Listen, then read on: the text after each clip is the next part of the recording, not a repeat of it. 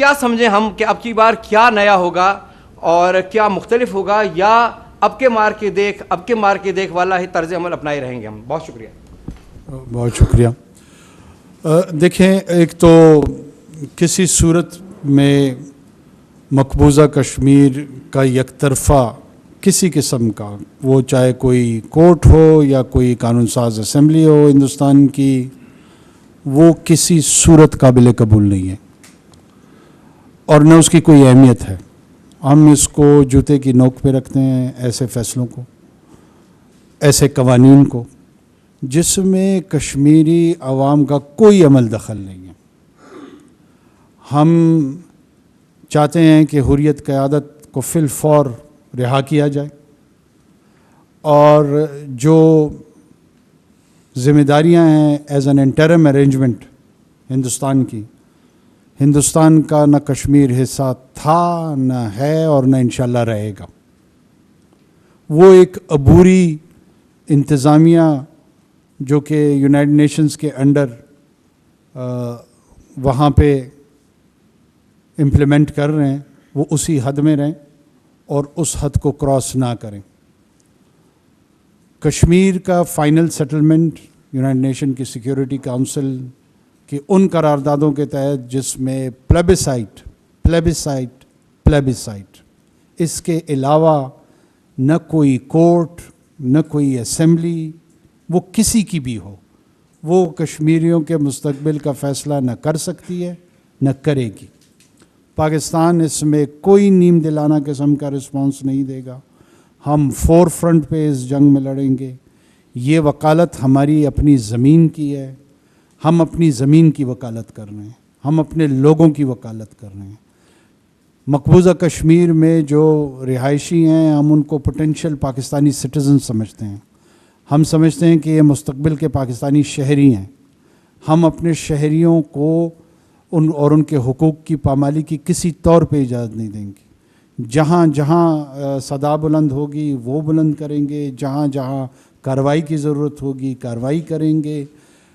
اسی سلسلے میں ہم کشمیری قیادت کے ساتھ مل کے ایک مشاورتی طویل اجلاس ہوا، اور اس میں بہت ساری تجاویز، چند پرانی چند نئی، وہ سامنے آئیں، اور اس کے لیے یہ فیصلہ ہوا کہ جلد ہی پاکستان میں اسلام آباد میں دوبارہ اجلاس ہوگا، اور صرف اجلاس نہیں ہوگا بلکہ ریگولر ملاقاتیں ہوں گی، اور تحریک کو کیسے جلا بخشنی ہے، کس طریقے سے اس کو آگے بڑھاوا دینا ہے، اس پہ سوچ بچار کرنے کے بعد انشاءاللہ امید کرتا ہوں کہ آزاد کشمیر کی حکومت، پاکستان کی حکومت، حریت قیادت اور تمام ڈایاسپورا، کشمیری صحافی، وکیل، اسٹوڈنٹ، تمام لوگ، تمام طبقات اس میں بڑھ چڑھ کے اپنا حصہ لیں گے، اور ہم کوشش کریں گے کہ اس کو ایک نئی جلا بخش سکیں.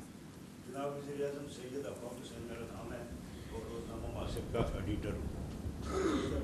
اسمبلی میں آپ نے جو خطاب کیا اس سے کشمیریوں کے حوصلے بلند ہوئے، اور اس پہ میں اہل صحافت کشمیر کی جانب سے آپ کو مبارکباد پیش کرتا ہوں.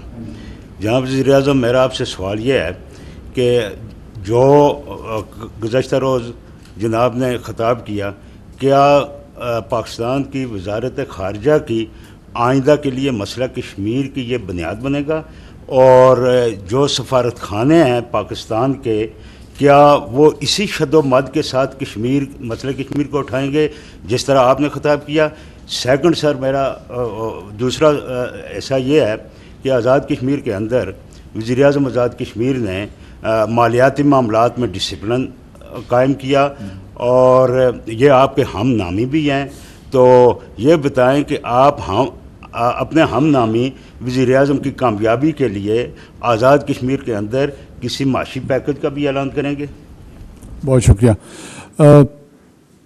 ایک تو آپ کو انشاءاللہ وزارت خارجہ متحرک نظر آئے گی، ہمارے مشنز متحرک نظر آئیں گے، اور اس سلسلے میں جیسے میں پہلے بھی عرض کر چکا ہوں کہ کشمیری قیادت کی معاونت اور مشاورت اور رہنمائی یہ بھی شامل ہوگی. یک طرفہ نہیں ہوگی کہ پاکستان کے وزارت خارجہ اس کا تعین کرے گا.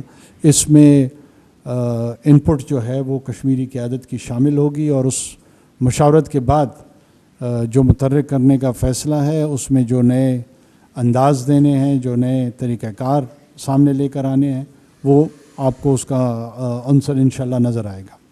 باقی جہاں تک کابینہ کے ساتھ بڑی تفصیل سے معاشی پیکج اور مختلف پروجیکٹس پہ بات ہوئی ہے، اس سلسلے میں بھی انشاءاللہ کافی مثبت ڈیولپمنٹس ہیں، اور وزیر اعظم صاحب کے ساتھ جو کہ میرے نام ہیں اور اس کا مجھے فخر ہے، یہ بڑے اچھے انسان ہیں اور اچھا خوبصورت نام ہے ان کا، وہ ان کے ساتھ ہم بہت کلوز کوآرڈینیشن میں کام کر رہے ہیں۔ جہاں جہاں پاکستانی حکومت کی سپورٹ کی ضرورت ہوگی وہ ہم ان کو پرووائڈ بھی کریں گے۔ پرانے جو منصوبے ہیں ان کو پائے تکمیل پہنچانے میں بھی، نئے منصوبوں کے حوالے سے بھی کمیٹی کابینہ کی ہم نے تشکیل دے دی ہے، اور وہ فوکسڈ ہو کر ان کے ساتھ رابطے میں بھی رہیں گے اور تمام پیکیجز پہ کام کریں گے انشاءاللہ۔ وزیر اعظم صاحب یہ چاہوں گا کہ 5 اگست 19 کے بعد جو حالات بنے، کیا آپ کو نہیں لگتا کہ پاکستان کی جو خارجہ پالیسی تھی بڑی پھسپھوسی سی تھی اور اس سے کوئی خاص کام نہیں ہو سکا، جس کے نتیجے میں 4 سال گزرنے کے بعد آج ہم پھر اسی قصے کو، اسی قضیے کو پیٹ رہے ہیں؟ کیا آپ نہیں سمجھتے کہ ہمیں اپنی پالیسی کو ریوزٹ کرنا چاہیے اور باقاعدہ کرنا چاہیے؟ جیسے گزشتہ روز سابق وزیر اعظم راجہ فاروق حیدر خان نے بھی بڑی دبنگ گفتگو کی تھی، اس میں کہا تھا کہ ہمیں اعتماد کرنا۔ تو کیا وجہ ہے کہ کشمیریوں پہ اعتماد نہیں ہو رہا؟ دیکھیں، میں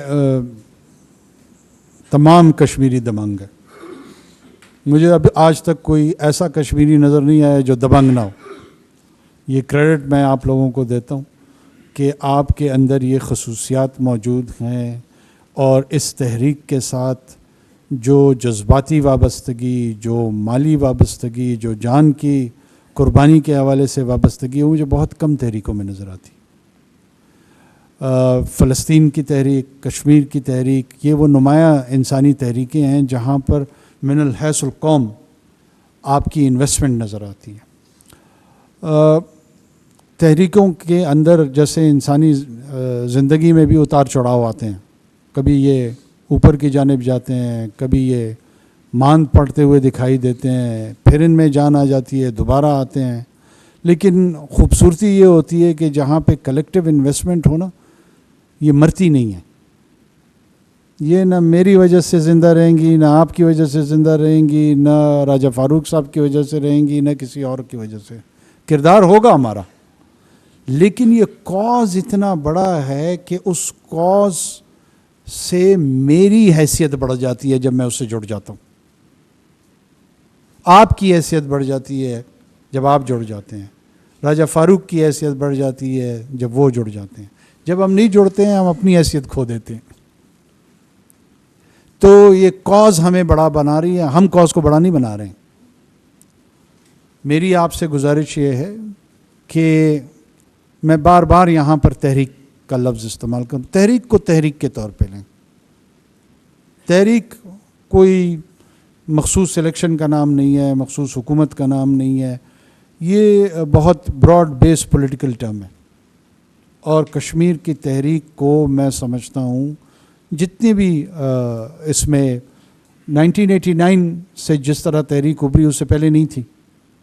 اس کے کسی نے اس پہ تجزیہ کیا کہ وہ 2 دہائیوں میں کیسے رہی، کیوں رہی، پھر ایک دہائی اس کی اور کیسے گزری، پھر 2000 کے بعد کی دہائی کے بعد کچھ اور ہوا۔ تحریک ختم نہیں ہو رہی، تحریک کا انتقال نہیں ہو رہا، اور یہی سب سے بڑا مسئلہ ہندوستان کا ہے۔ ہندوستان کو یہی بات سمجھ نہیں آ رہی ہے کہ اس کو بیری کیسے کیا جائے، اس کو دفن کیسے کیا جائے۔ دفن نہیں ہو رہی۔